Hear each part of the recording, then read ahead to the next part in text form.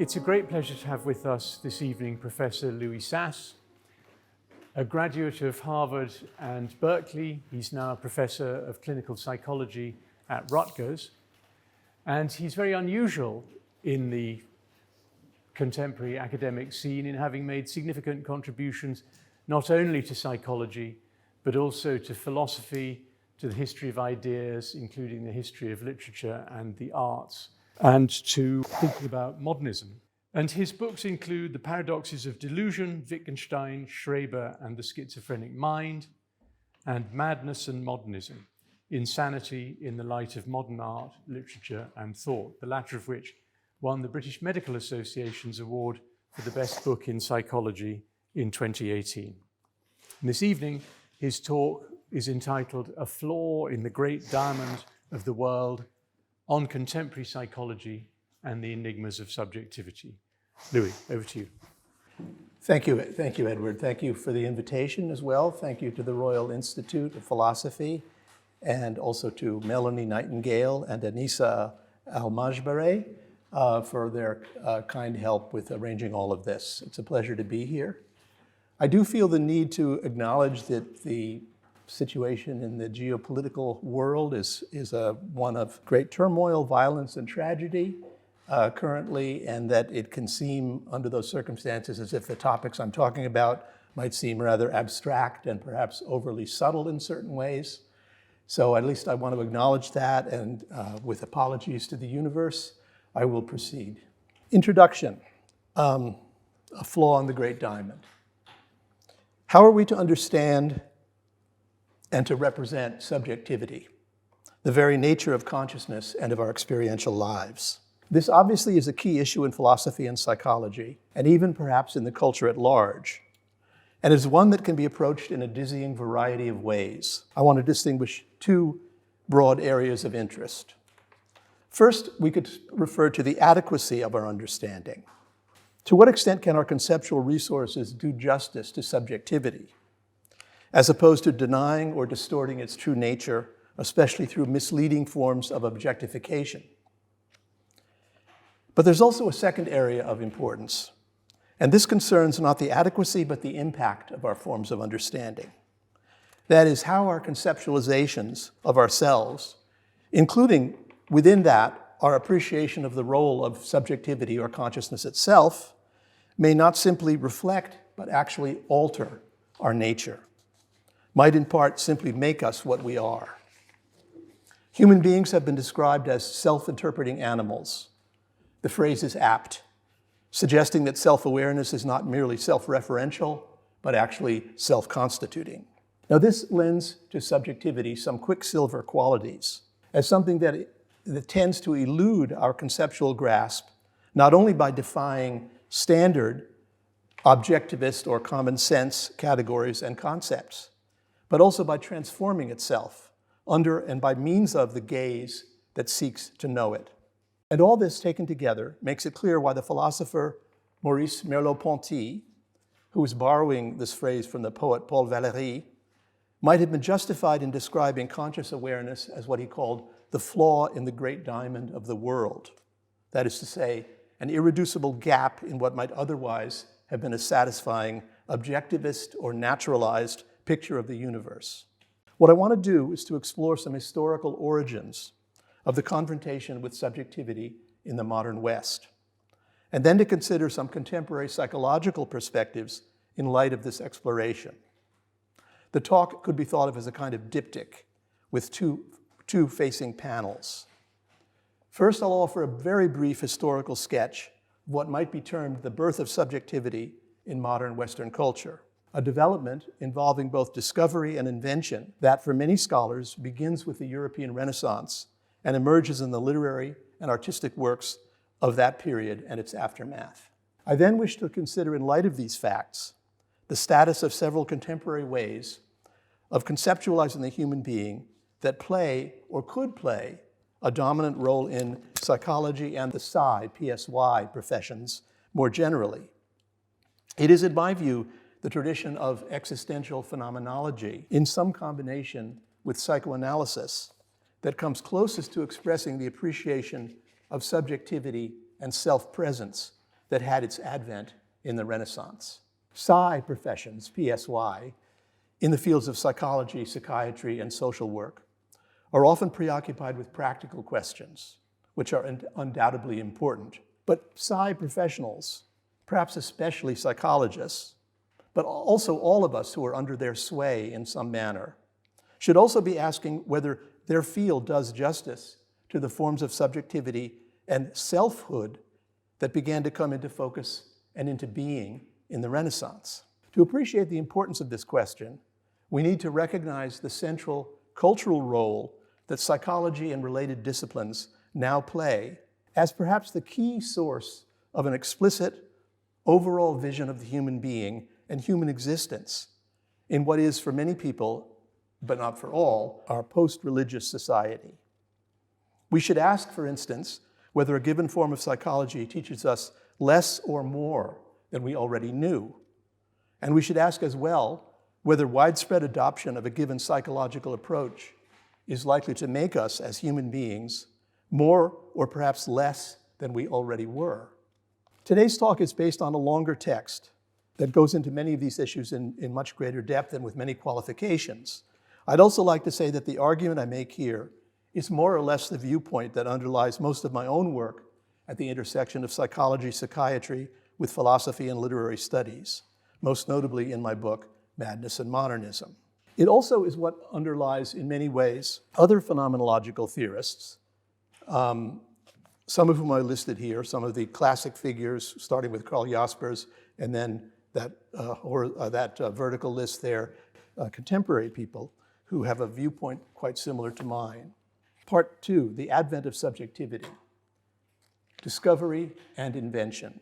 The self-conscious focus on subjectivity and self-awareness seems to have come increasingly to the fore in the course of the last 5 or more centuries of European thought and experience. This is reinforced by recent scholars who read the Renaissance as the origin not only of new types of what have been called self-fashioning, but also of new forms of skepticism about other minds, forms generated by a disquieting awareness of the primacy of individual awareness and of the consequent unknowability of the other person.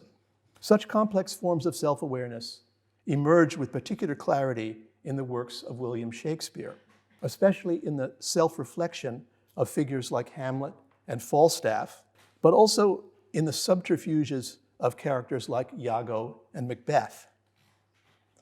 The literary historian Harold Bloom went so far, in fact, as to speak of Shakespeare's, in his words, invention of the human, which might better be understood as the invention of the modern human being, or more specifically, of modern European inwardness via what's been called the subjectivity effect.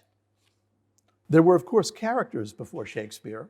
There was, however, less sense of true character development and less of a sense of the essential motor of such development, namely of forms of intense inner conflict accompanied by private deliberation or subtle, half-recognized dramas of self-deception, self-doubt, and ironic distance that are epitomized above all by the character of Hamlet, who has been aptly described as, quote, the premier Western performance of consciousness, and as in many respects, the representative modern person. Shakespeare's portrayals are imbued with a novel appreciation of subjectivity in all its variety and ambiguity, but also with acknowledgement of subjectivity's limits, indeed with a particularly profound recognition of the human potential for self-delusion, a recognition nicely captured when Regan remarks to her sister Goneril that their father, King Lear, hath ever but slenderly known himself. But it is obvious as well that Shakespeare knew that higher degrees of consciousness do not always and only yield true insight, but can also obscure understanding and undermine clarity of purpose. This, if anything, is at the heart of Shakespeare's most important creation, the endlessly self-questioning Hamlet. Harold Bloom, the literary critic, speaks of Shakespeare's, quote, uncanny power in the rendering of personality, in which inwardness becomes the heart of light and of darkness, in ways more radical than literature previously could sustain, end quote. Bloom describes Hamlet, in fact, as Freud's mentor, but also as being, he says, after Jesus, the most cited figure in Western consciousness. A fictional character of such broad-ranging cultural influence as to have altered psychological reality itself. The strangeness of this situation, whereby reality imitates imagination, is nicely captured by Oscar Wilde's comment on the impact of Shakespeare's most famous creation. The world has grown melancholy because a puppet, Hamlet, was sad. Harold Bloom's statement that Shakespeare invented the human, or even the modern human being, may well seem exaggerated. Shakespeare's impact was certainly profound. We have all been Shakespearized, as Ralph Waldo Emerson put it. But the transformation represents a broader shift, apparent not only in literature, where Montaigne and others, many others, play an important role, but in various domains of culture and creative production. A fuller account would obviously need to consider many other topics, including the rediscovery of antiquity, especially Greek tragedy. In any case, a particularly clear illustration of this development is the advent of portrait painting in the Renaissance, where an acute sense of subjectivity and individuality seems to emerge from a background of what we might call medieval anonymity. Portraits of individuals were, in fact, rare before the Renaissance. When individuals were depicted by such late medieval or early Renaissance painters as Cimabue or even Giotto, they generally appeared as participants in larger religious scenes or devotional contexts. There is often something impenetrable about these early faces, which typically have the feel of a generic motif or the look of a medallion, shiny and impenetrable. Increasingly, however, in the course of the Quattrocento, the 1400s, we find portraits like Antonella da Messina's Portrait of a Man, painted in 1475, a century before Shakespeare, which hangs now in the Louvre. Here, the background fades to black, and the amazement of an individual subjective presence virtually explodes into view, luminous with a light that seems to come as much from within as from without, capturing a responsiveness to the world that is at the same time and inseparably a manifestation of the sitter's own being. Da Messina's young man is there not merely, and certainly not primarily, as a mere figure in space, but as a lived presence, which is to say, as a kind of center who gathers space around him, and one who does so in part precisely by conveying an implicit awareness of his own presence as an awareness and a point of view. This representation of the knowing, experiencing face also has its worldly or world-directed correlate in painting, which is the depiction of external space from an individual point of view, as in the various forms of linear perspective that organize the visual universe around the standpoint of a virtual human viewer, a device that, not coincidentally, also has its advent in the Renaissance, as in the works of Paolo Uccello, and 2 centuries later,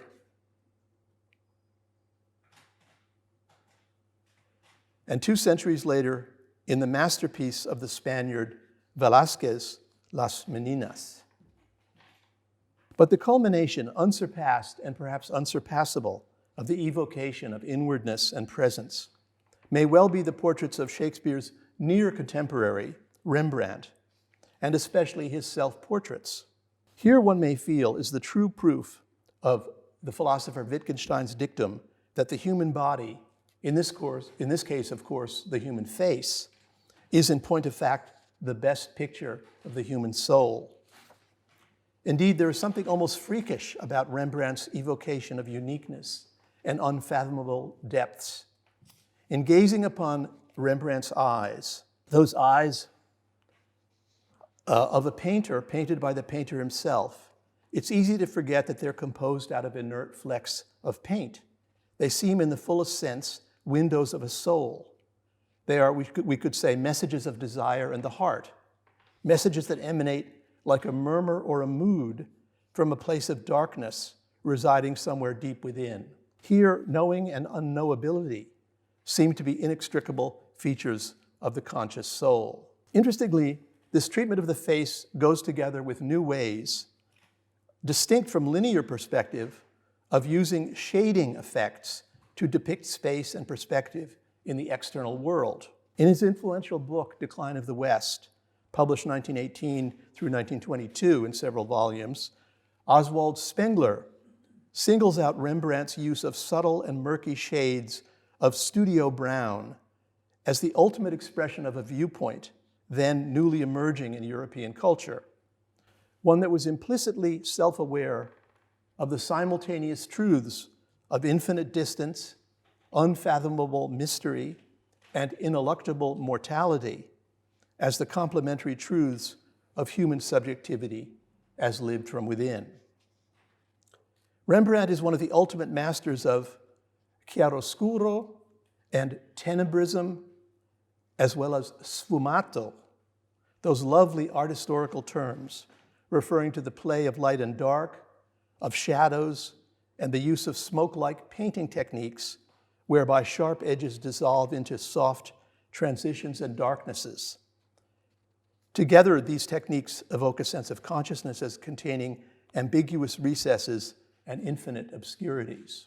Now, one may ask whether these developments, epitomized in Shakespeare and Rembrandt, merely reflect the adoption of richer and more accurate techniques of representation, or whether there's some real difference in the underlying reality, the actual psychological life that is being depicted. Might the artist actually be confronting a distinct, more self-conscious form of subjectivity or humanity in the sitter before him? But if we are, in fact, self-interpreting animals, and thereby self-constituting animals, it would follow that the representations that we see or read of ourselves do not merely reflect, but also mold the very kind of beings or the very kind of subjectivities that we are and are able to discern in others. Transformations of self-consciousness, then, are crucial features, not only of individual psychology, but of cultural expression and indeed of social existence at large.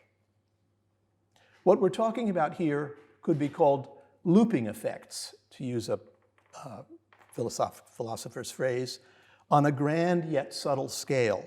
That is, the consequences not of the popularization of this or that specific psychiatric category, like borderline personality or trauma or something like that, but of tectonic cultural shifts, whereby the sense of inwardness, together with heightened potential for doubt, deliberation, and ironic awareness, gradually come to inform the possibilities of human existence itself. Now, these key features of the modern self, manifest in literary and artistic expression, may be deeply rooted in major cultural transformations. It would be wrong, however, to assume that they are constants that could never recede. In Decline of the West, published in the aftermath of World War I, Spengler expresses a fear that cultural transformations, then in the offing, and largely involving rationalization, homogenization, and materialism in several senses of that latter word, might render us incapable of resonating to works such as these. So says Spengler, one day the last portrait of Rembrandt and the last bar of Mozart will have ceased to be, though possibly a colored canvas and a sheet of notes will remain, because the last eye and the last ear accessible to their message will have gone. Now, Harold Bloom raises a similar issue in light of what he, along with some others, see as a general cultural decline in recent decades, and indeed even a deterioration, he says, in the quality of personality or character itself. Given the, quote, culture of virtual reality and consumerism, end quote, now coming to dominance, Harold Bloom asks, will Falstaff and Hamlet still seem paradigms of the human?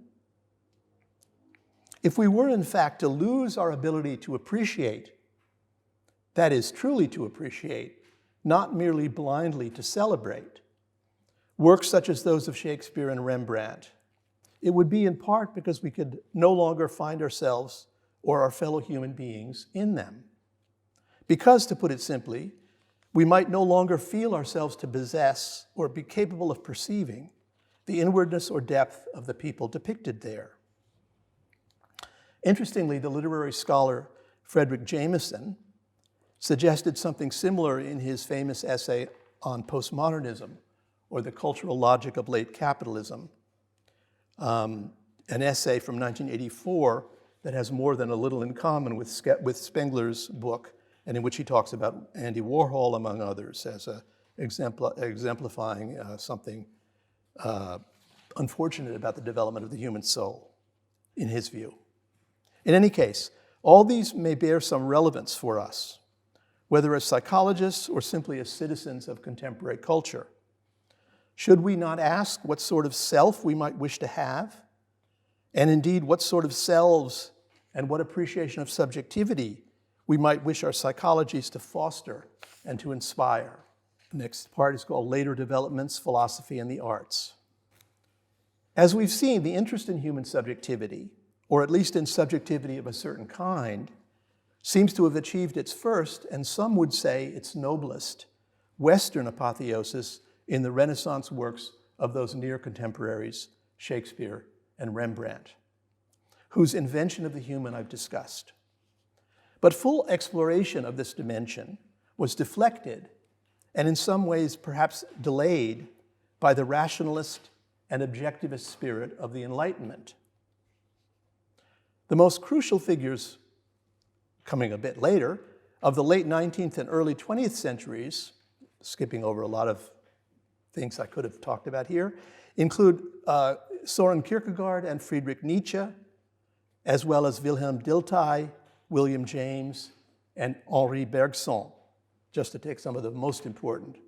They in turn, together with some predecessors, engender the sometimes parallel, sometimes overlapping traditions of phenomenology, hermeneutics, or interpretation theory, and existentialism, culminating in the 20th century quartet of the four main phenomenological philosophers, Husserl, Heidegger, Merleau-Ponty, and Jean-Paul Sartre.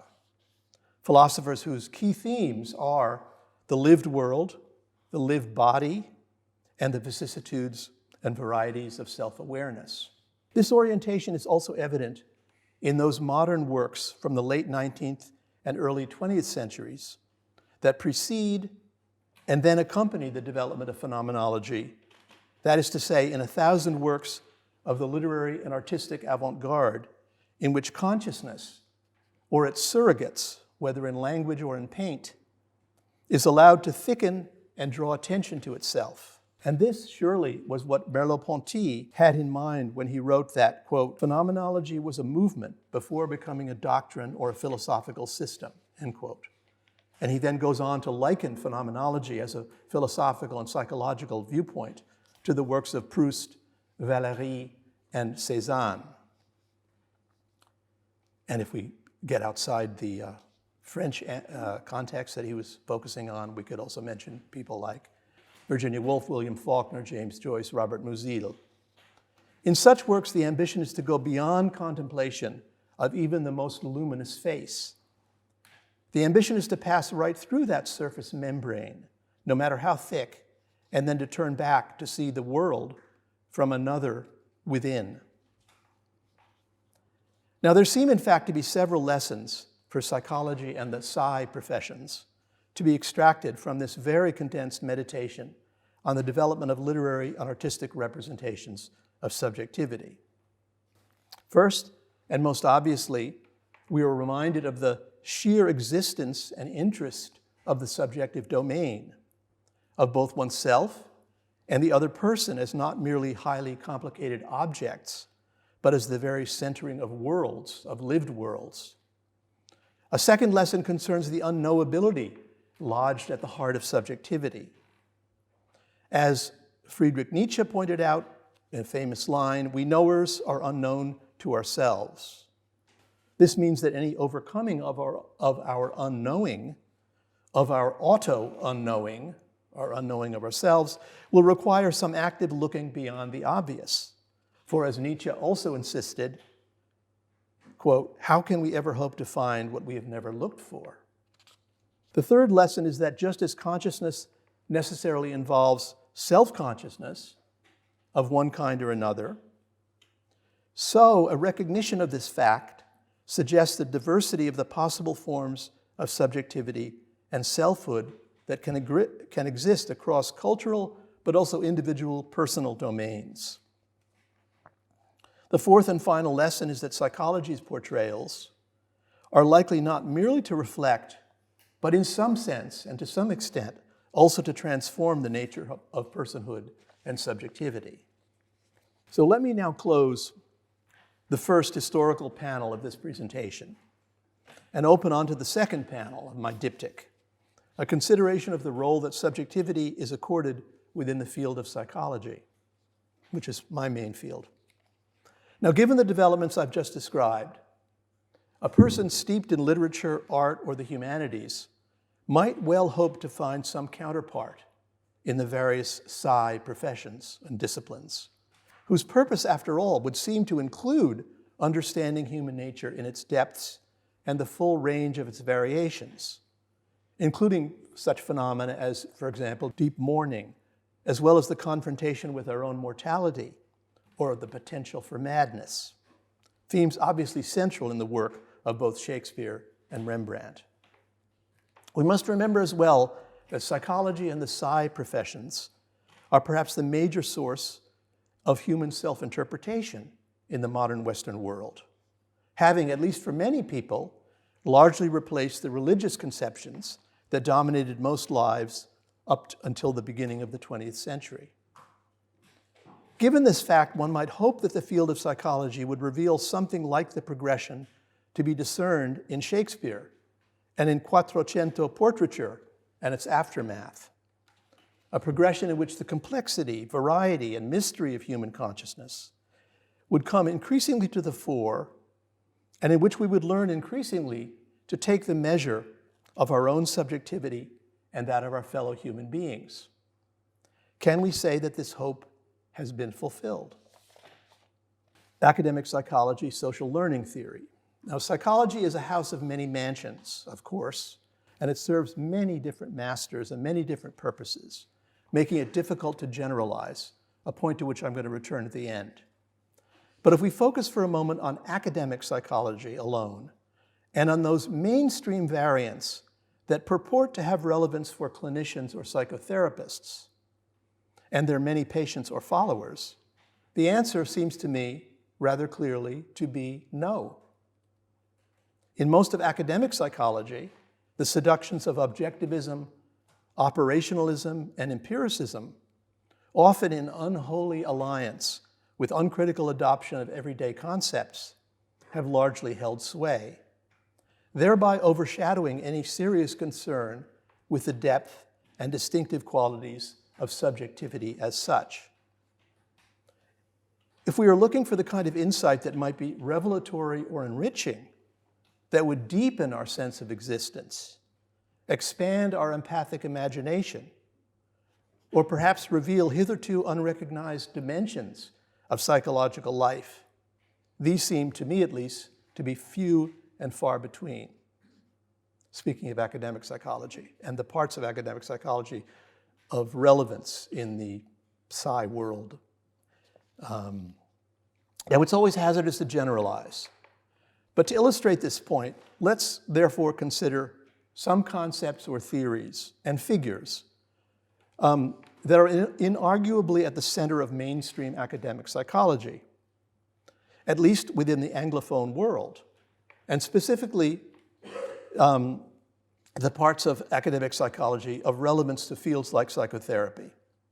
These are central planks of the dominant so-called social learning theory tradition, which itself supplies the theoretical basis for the CBT, or cognitive behavioral therapy approach, that is currently the dominant one in the field of psychotherapy and really in clinical psychology more generally. The first position basic tenets of social learning theory, termed interactionism, argues that the course of human behavior apparently results neither from personality traits nor from environmental stimuli or context alone, but rather from the interaction of these factors, and that only the latter can reveal whatever might be a person's distinctive behavioral signature. Even an aggressive person will act in a mild manner if the situation encourages it. Albert Bandura, the single most influential theoretician for contemporary cognitive behavioral theory, makes essentially this point in his theory called that of reciprocal determinism. Personality, writes Bandura in one summary statement, emerges from the mutual interactions of individuals, their actions, and their environments, end quote.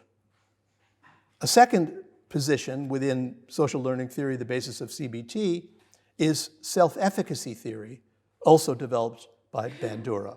Now, these are limited examples, admittedly, these statements, these aspects of social learning theory, but they're hardly marginal or unrepresentative. Albert Bandura, whose years are 1925 to 2021, by the way,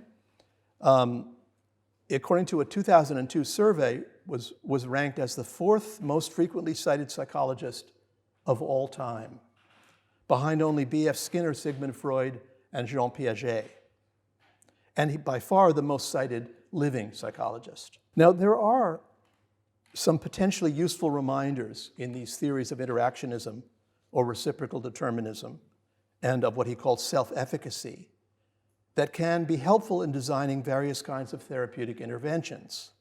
And this is an important point that I'm going to return to at the end.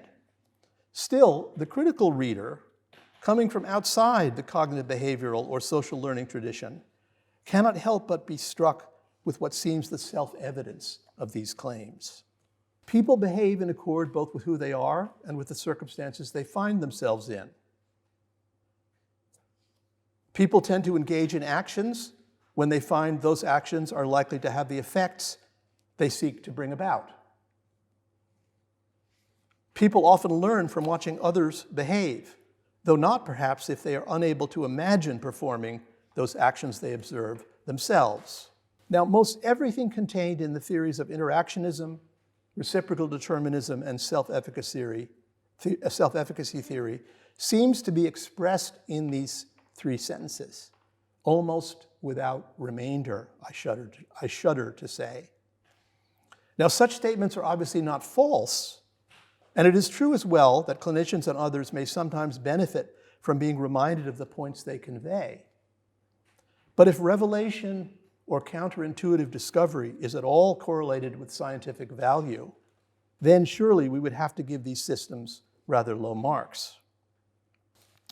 Nietzsche's statement, "We knowers are unknown to ourselves," is in no way honored here, nor is his admonition to look beyond the obvious.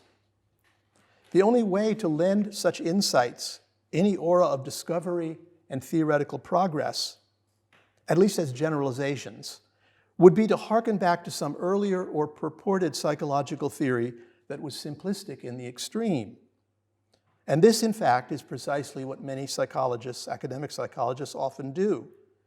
In this case, when social learning theorists trumpet their superiority over pure behaviorism, a very simplistic trait theory, or a somewhat mythical psychoanalysis that would view the person as entirely a puppet of unconscious forces.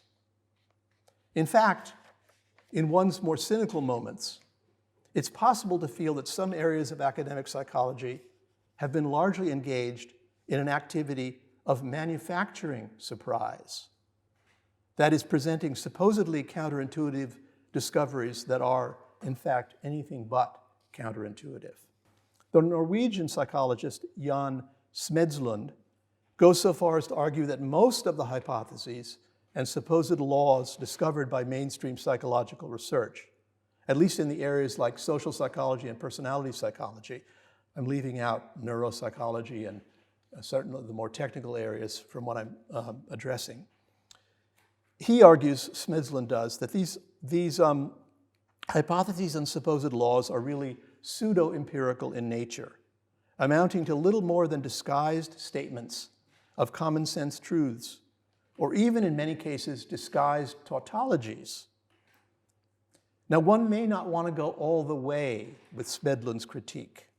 Still, it's difficult to disagree with what one contemporary philosopher, I'm referring here to Stanley Cavell, with his deflationary comment when he said, as Stanley Cavell did, quote, "One sometimes feels that academic psychology tells us less than we already know." But how shall we account for what might be considered to be this widespread drift toward banality in some major parts of the field of psychology, at least of academic psychology? Now, Jan Smedslund links the pseudo-empirical, or what he sees as the tautological, nature of a lot of psychology to psychology's failure fully to take the measure of the ever-changing, ambiguous, and socially interactive, hence reflexive and recursive nature of psychological processes. This is more or less how the matter has long been viewed by previous critics of academic psychology and its ilk, who are grounded in the hermeneutic, phenomenological, and Wittgensteinian traditions, beginning with a figure from the 19th century like Wilhelm Dilthey, but including such late 20th century figures as Charles Taylor, and in cultural anthropology, Clifford Geertz. And this, I think, the failure to come to grips with subjectivity's enigmatic nature, is the best way, perhaps, of accounting for the truth in Wittgenstein's remark at the end of his philosophical investigations on what he terms the confusion and barrenness of psychology, and on Wittgenstein's comment that in psychology, problems and methods pass one another by. Next part, psychoanalysis and existential phenomenology. Wittgenstein. Now, Wittgenstein was wary of Freud, but he also spoke of Freud as one of the few authors, and presumably one of the very few psychologists, who is truly worth reading. Quote from Wittgenstein, "Here at last is a psychologist who has something to say." The contribution of psychoanalysis to a deepening of our awareness of human personality and experience, and to the complexifying of the self-interpreting animals that we are, has long been recognized by various scholars of both culture and psychology. And I will not dwell on that topic here, other than perhaps to recall the poet Auden's comment that Freud is no longer a man, but a whole climate of opinion in which we live. Now, Freud is not how, or at least that was true. I don't think it's true now. Freud is not, however, the only exception to psychology's generally non-revelatory nature. Another is the broad tradition of phenomenology, understood as encompassing existential phenomenology, but also phenomenological psychopathology. Both these psychologies, psychoanalysis and existential phenomenology, register the way in which the inwardness of human subjectivity becomes, to repeat a line from Harold Bloom, the heart of light and of darkness, end quote. We are like little gods, each living in a bubble of our own creation, yet we know ourselves but slenderly. It seems to me that these two traditions are virtually the only serious attempts within modern psychology or psychiatry to offer a vision of human existence that is both sophisticated and encompassing, that respects, shall we say, the legacy of Shakespeare or Rembrandt. It should not be surprising then that forging a synthesis of these two perspectives, phenomenology, existential phenomenology, and psychoanalysis, has been a recurring ambition in the psi professions over the last 3/4 of a century, in the work of thinkers as different as Ludwig Binswanger and Jacques Lacan, among many others.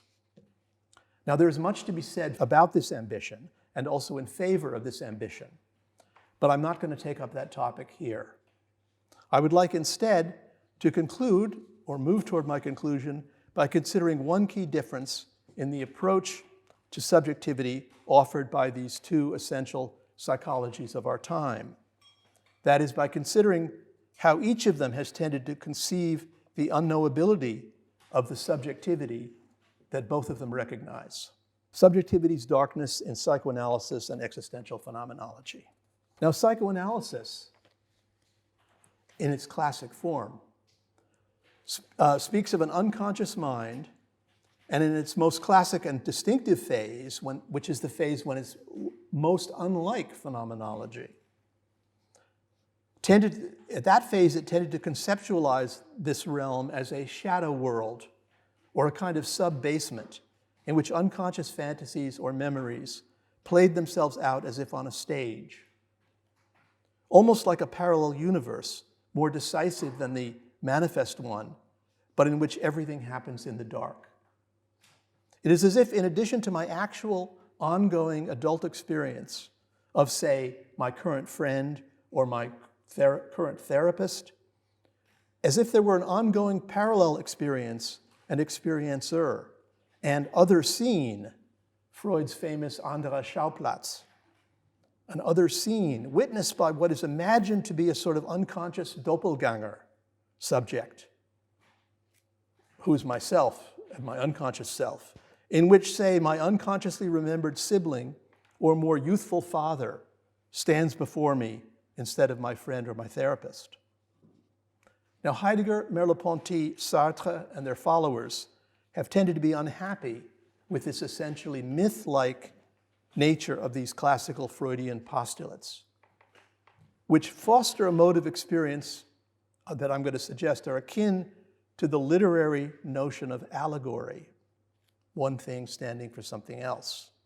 The existential phenomenologists have been committed to the idea that one would do more justice to the reality of the one subjective life we actually live if the manifest and the hidden could be understood as more intimately related, not as parallel yet interacting realms, but as interfusing within the same sphere of lived experience, though requiring somewhat different forms of description and analysis.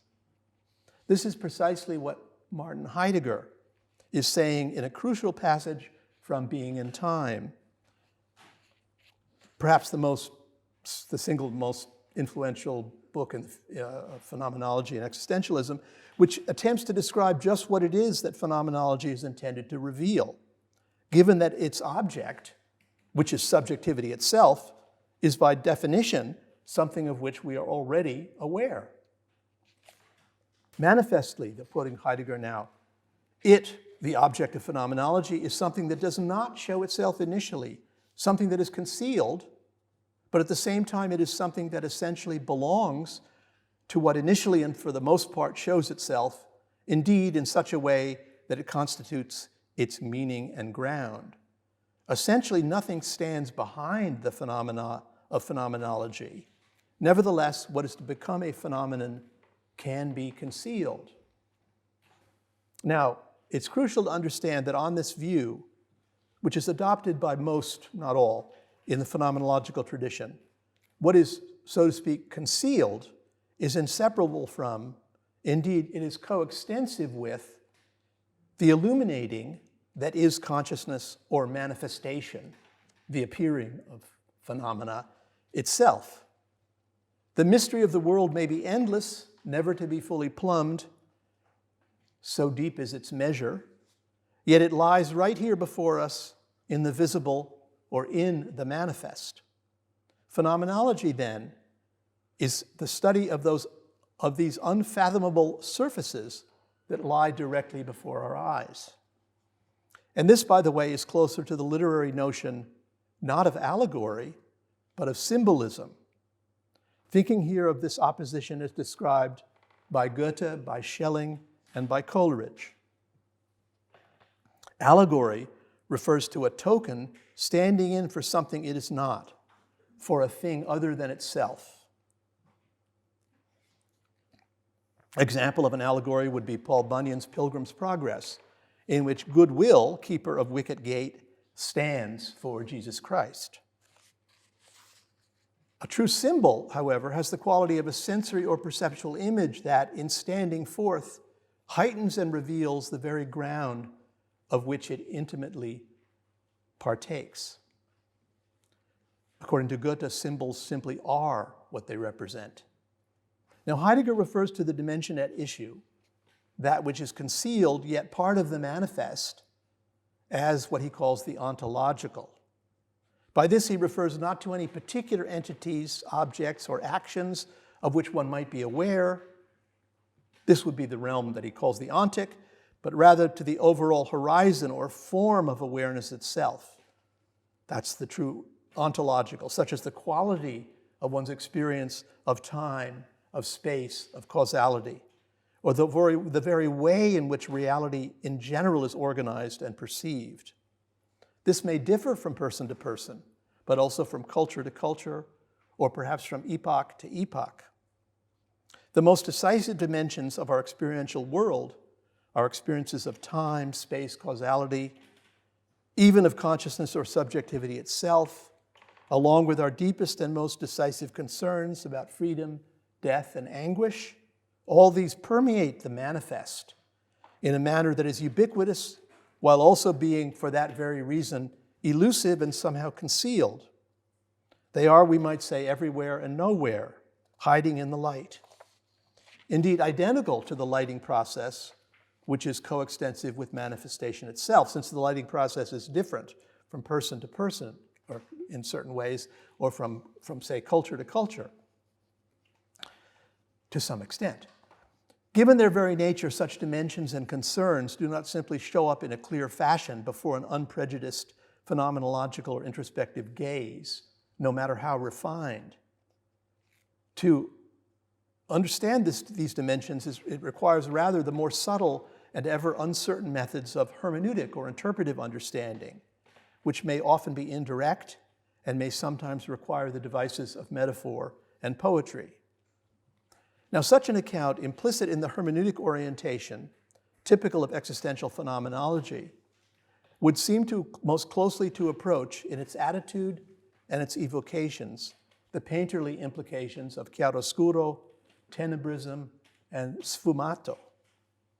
Such an account promises to foster empathy of a particular sort, one that, using concepts from phenomenology and existentialism, has the resources to explore the potentially different perspectives of the other, yet that, in its hermeneutic restraint, refrains from turning into a totalizing clinical gaze. Now, in such an approach, art and literature would not be merely the objects of psychological analysis, but would, along with literary studies, art criticism, and the perspectives of phenomenology, actually lend their richer resources to the side disciplines. They would thereby allow these latter disciplines to offer deeper and more revelatory analyses of human experience and expression. And this is, in fact, what I think much of existential phenomenology is trying to do, and I myself have been trying to do very explicitly in making links, for example, between certain forms of madness and what one can see in the tradition of modernism and postmodernism. And these, in turn, would foster forms of interpretation of self and other individuals that might well have some impact on the nature of both self and subjectivity in our epoch. Now, just a last comment on the vices and virtues of objectivism. I've been emphasizing the virtues of enrichment and revelation. But of course, these are not the only values to be respected in psychology or the psi professions, nor should they always trump other more practical virtues such as simplicity, ease of discernment, or manipulability. Some critics of academic psychology's claim to be a legitimate and progressive empirical science do question its potential helpfulness in clinical settings. Smedslund is one. I am somewhat less skeptical about academic and mainstream psychology's ability to provide useful guidelines and hypotheses for clinical practice, as has been the case with social learning theory.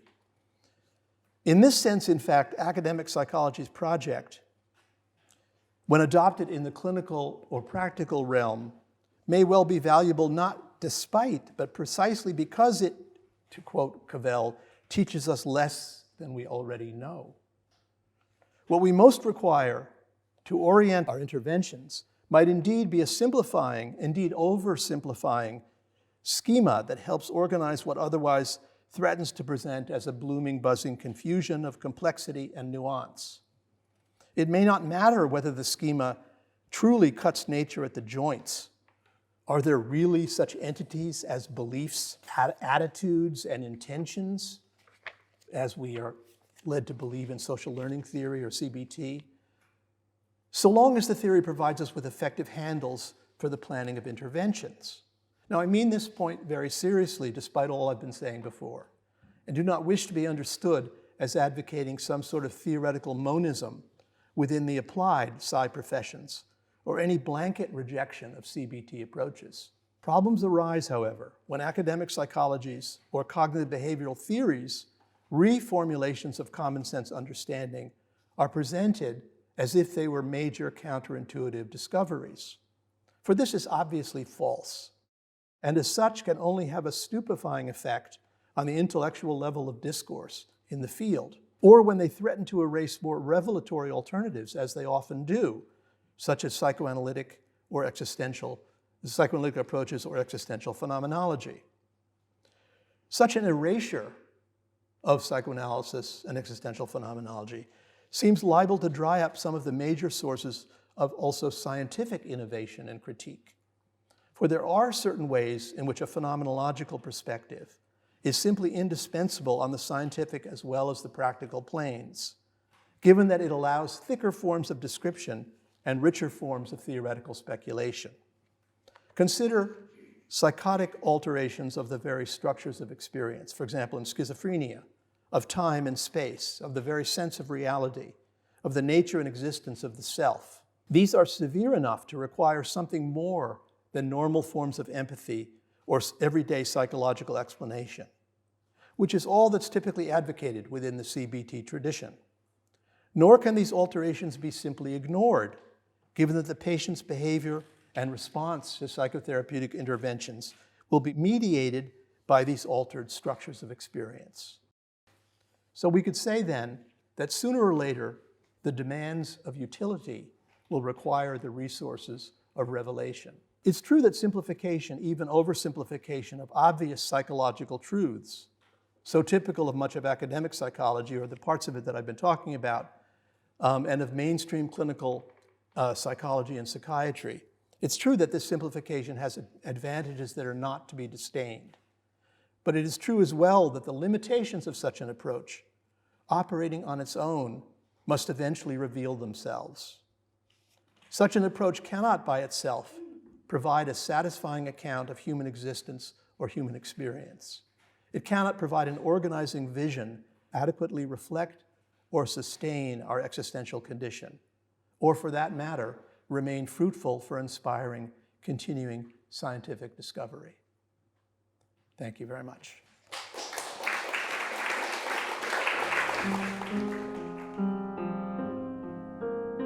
We have now come to the Q&A section of the lecture, where the audience was given the chance to ask their own questions to the speakers. For this episode, I shall be reading their questions to you. And now, on to the first question. When there is a change in self-understanding, which is an epistemological change, will it change the nature of the person, which is an ontological change? Has my ontology changed? I take it that you mean by that, has the reality of my psychological being changed as a result of the interpretations that I impose upon myself? And I think that clearly that there is the potential for that. That shouldn't be surprising to us, really, because surely we would all accept that, say, different religious traditions, to some extent, create different forms of subjectivity, different kinds of people. Not that they're the sole source of what people are like, because there are many individual factors and historical changes within religious traditions and so on, but the idea that religion matters in that way seems to me something that most people would accept, but the same goes for psychology. So in that sense, how we know ourselves, if you want to call that epistemology, because it's how we know, affects ontology, who we are. We could use the words in that manner. And I think, even the difference between the two approaches to the unconscious that I talked about at the end, the allegorical one of classical Freud versus the more symbolist-like one of phenomenology and of many recent psychoanalytic thinkers as well who are close to phenomenology. I think that's somewhat different because if you sort of think of your unconscious as this thing that's going on separate from you, this doppelganger that you have who does stuff that you don't really have control over, and who is living in a radically different universe that's for which you have no responsibility, so to speak. That's a certain way of living your life, and think about how that would play out in your conversation with your partner, let's say, in a relationship, not getting along, having a conflict or something, and your sense of who you are and who the other is affected by that. It's very different than, I think, to me, to be preferred symbolist approach, in which there's a sense that, there isn't an other me, on whom I can put the responsibility. So that would be an example in which there's a sense that, there isn't an other me, on whom I can put the responsibility. So that would be an example. Can we reconcile the current distinctions between psychiatry and psychology? Human beings, all of us, are simplifiers, and we're totalizers. We would like, a point of view to be sort of universally applicable. That's all seems to me to be very true. What I was saying at the very end of my paper was that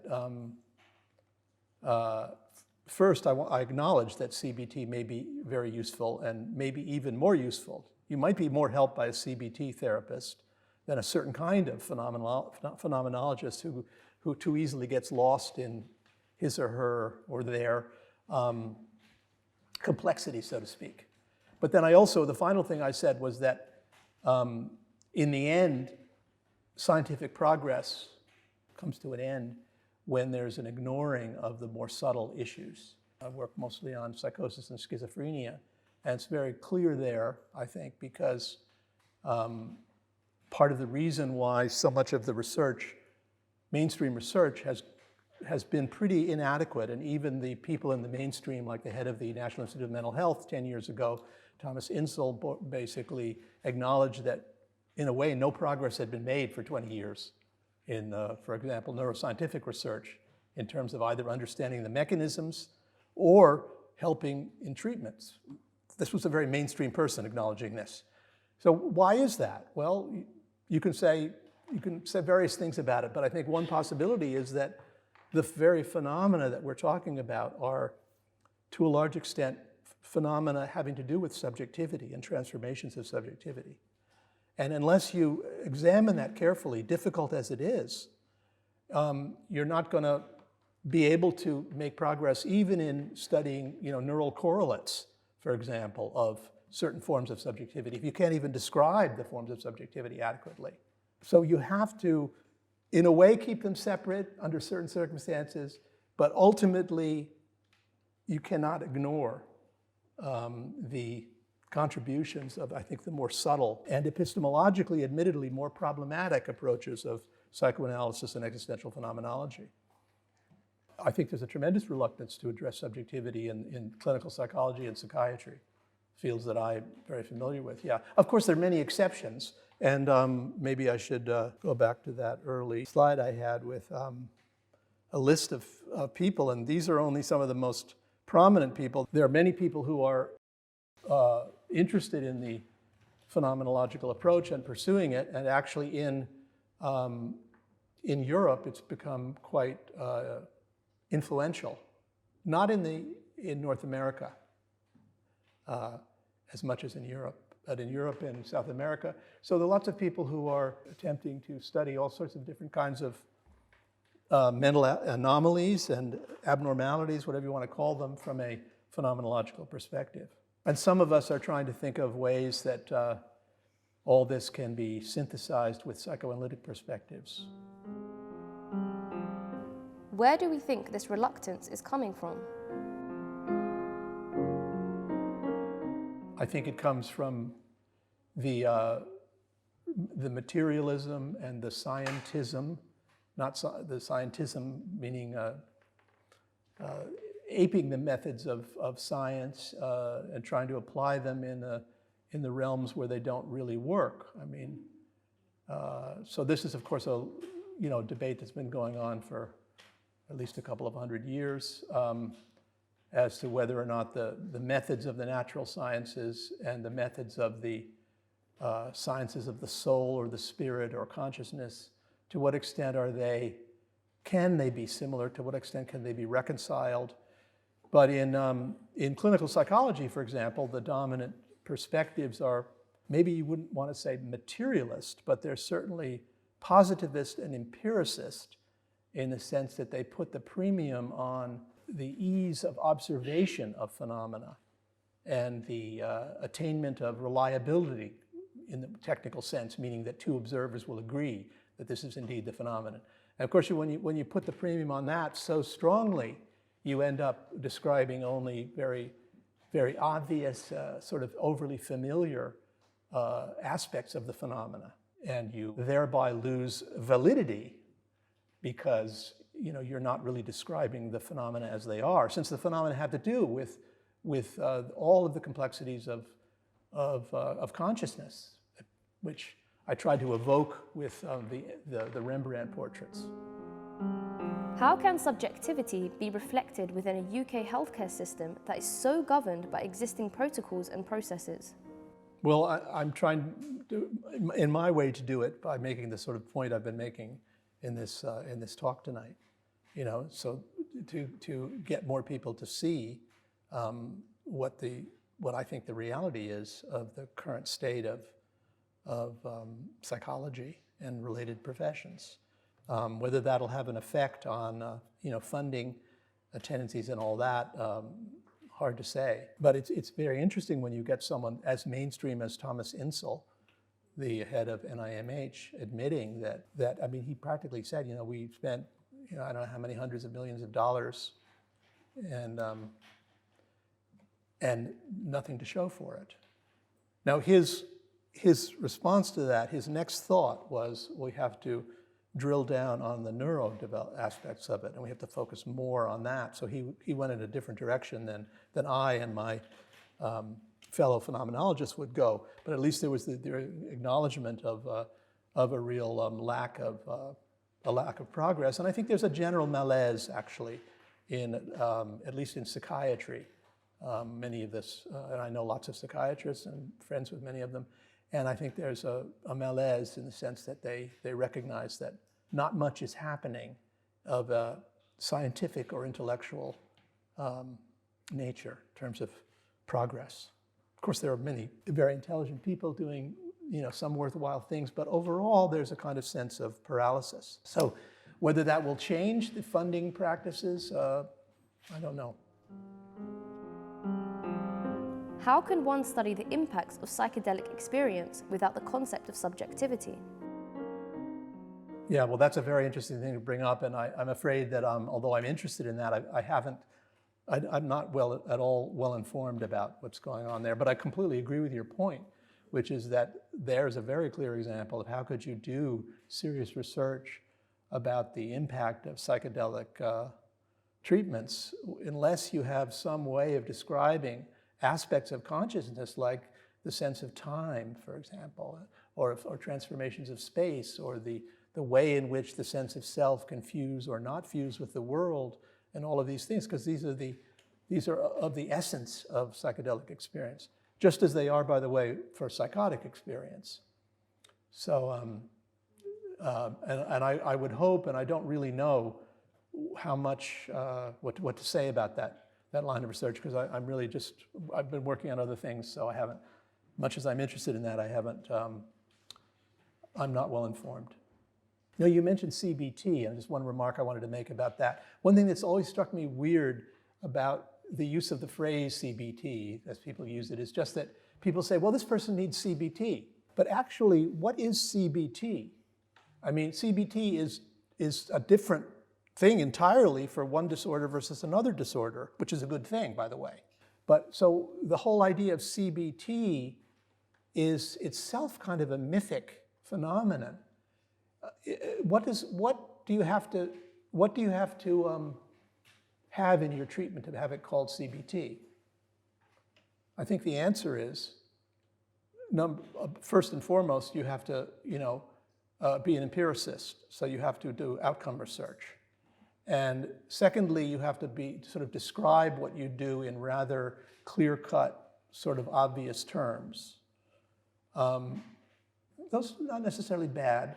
And the third thing is, maybe not true of everyone, but you sort of have to be kind of anti-psychoanalytic. This doesn't really define a very coherent, single-minded perspective. It's very loose assortment. So CBT is anything you want to make up that you can describe easily, and then you do some research on its efficacy, and then we call it CBT. So let me throw something into the mix, which is, so I don't want to take issue with what you're saying about psychology at all, but this is more to do with what you're saying about subjectivity generally. So I wondered whether, I take the point about medieval painting and the emergence of the individual portrait. You're kind of saying the more complicated our ways of thinking about ourselves get, the more complicated we get. I mean, to put it in a very reductive way. So how do you explain the fact that, look at the Odyssey, Homer doesn't have fancy psychological concepts, but you can read that book as if it's a story about living individuals as if they lived now. I mean, sure, they fight wars with bronze swords and so on, but, abstracting from those historical differences, they're really living characters, not like the people who you see in Cimabue, who I agree is, where's the individuality there? So just pushing back against this idea that, there isn't this underlying sameness about the way we all are as human beings transhistorically, never mind what concepts are in play. How would you react to that? Well, first of all, I'm not saying that, the post-Renaissance Europe is the only moment in all of human history when there was a complexification of personality. And I think I mentioned in passing that one thing we would need to do a proper history of this would be to look back at the ancient texts, including Greek tragedy.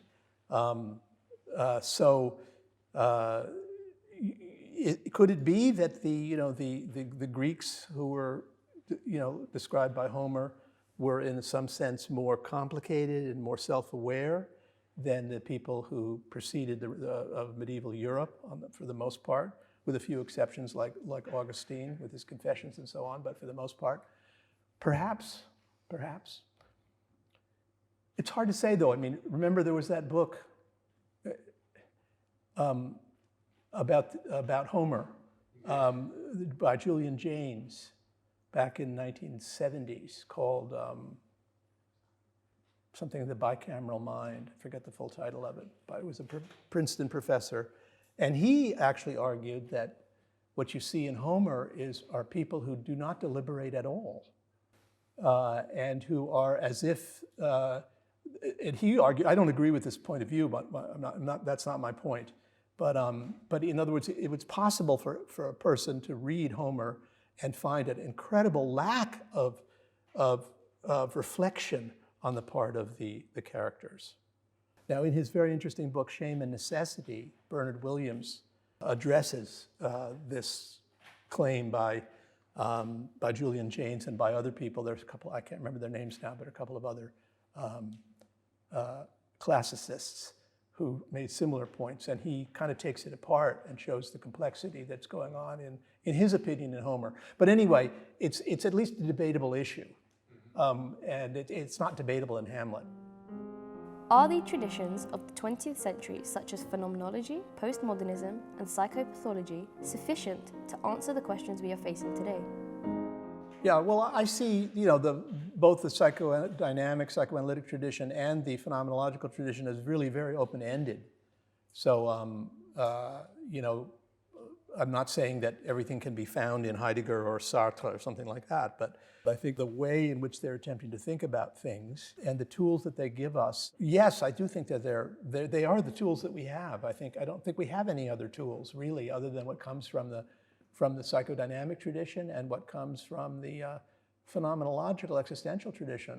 What else is there really that gives us any sort of vision of human nature described from a subjective point of view? I'm not saying that there's no value in ethological research or, cultural anthropology and all of that, but when you're trying to understand subjectivity, these are the traditions that we have. Unfortunately, they're very open-ended.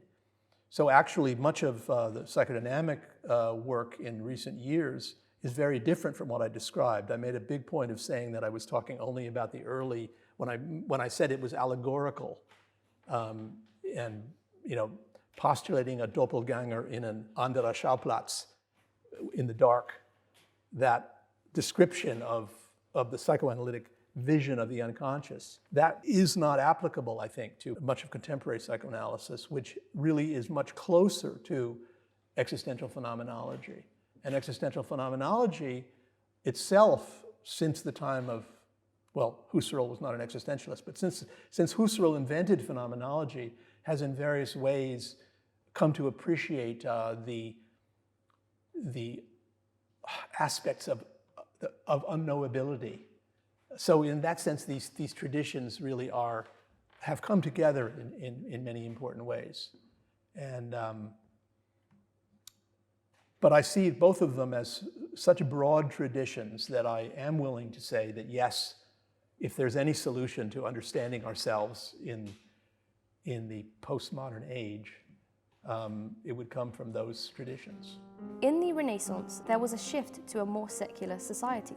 Does CBT follow this by attempting to provide more control to the individual? Well, the first thing that you said about the American versus the UK context, of course, I don't know the UK context well, but from what I heard, it's very similar in the US in the sense that the kind of things that get funded are highly operationalized, empiricist sort of approach. And the kind of work that I'm recommending has a lot of trouble in the US as it does here. Well, I'm not so negative about CBT as you sound like you are, and as many people in the tradition I represent are. I think that, first of all, I think CBT is so varied that really we should have a ban on the use of the term, because really there's so many different things.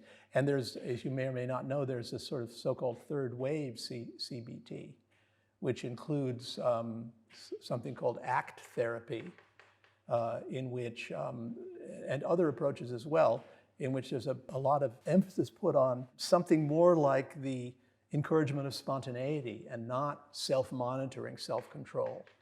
So, and I think that's probably a good direction. So I think it's very hard to generalize about CBT for that reason. I don't think self-control is in the sense of, the volitional self-control by that individual is always the immediate goal. I think CBT's gotten, I shouldn't use the phrase myself, I just said it should be banned, but nevertheless, some of the approaches that fall under the label CBT can be recommended, precisely because they recognize the problematic nature of some forms of exercise of self-control as being, pathological in sort of obsessive personalities and things like that. So I'm critical of the totalizing tendencies going along with what's called CBT, but I'm not at all condemnatory of many of the specific techniques. Good. Well, thank you very much to all of you for your questions and for your interest. Let's thank Louis once again for a very illuminating talk.